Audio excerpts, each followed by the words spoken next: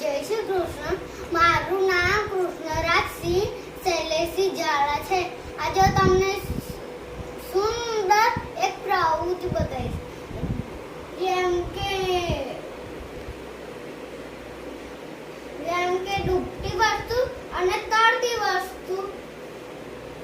આ એક ફૂલ પટ્ટી છે. એને હું આ પાણીથી ભરેલ ડોલની અંદર નાખું છું. ફૂલ પટ્ટી વજનવાળી નથી, એટલે એ પાણીમાં તરે છે. આ જુઓ, આ એક રબર છે. એને હું પાણીની અંદર નાખું છું.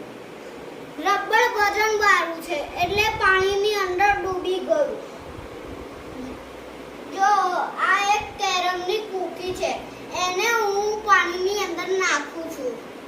કેરમની કૂકી વજનવાળી નથી, એટલે એ તરે છે. આ એક સંચો છે. એને હું પાણીની અંદર નાખું છું.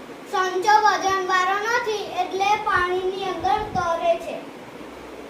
આ એક કેસરી કલરનો પથ્થર છે. એને હું પાણીની અંદર નાખું છું. કેસરી કલરનો પથ્થર વજનવાળો છે, એટલે પાણીની અંદર ડૂબી ગયો. આ એક લોખંડની રિંગ છે. એને હું પાણીની અંદર નાખું છું. લોખંડની રિંગ વજનવાળી છે, એટલે પાણીની અંદર ડૂબી ગઈ. આ એક પેન્સિલ છે. એને હું પાણીની અંદર નાખું છું. પેન્સિલ વજનવાળી નથી, એટલે પાણીમાં તરે છે. જય શ્રી કૃષ્ણ.